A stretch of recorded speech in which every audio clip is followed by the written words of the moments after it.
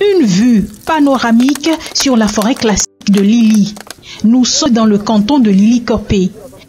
Fruit d'une vision politique, cette forêt est initiée depuis septembre 1952.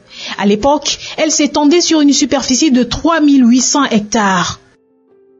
Victime de quelques coups de destruction lors des troubles sociopolitiques qu'avait connu le Togo, beaucoup d'efforts sont consentis pour sa restauration.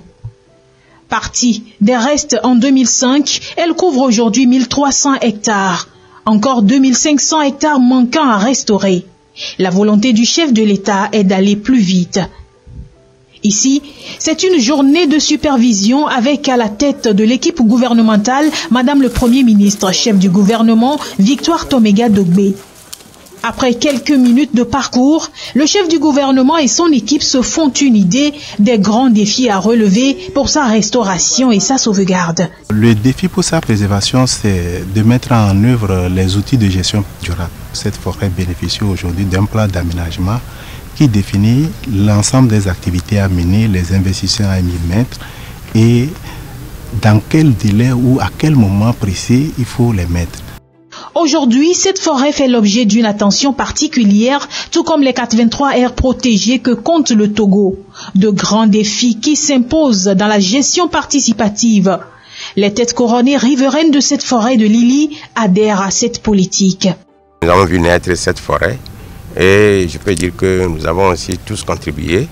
Dès notre enfance, nos papas ont contribué aux plantations de ces arbres-là. Dès qu'ils forment un petit nuage se forme, c'est la pluie qui vient. Donc ça nous a fait beaucoup de bien. Nous allons œuvrer pour la protection de ces forêts-là. Sauvegarder à tout prix ce patrimoine naturel situé à environ 50 km de Lomé et qui offre un écoclimat propice au développement de l'écotourisme.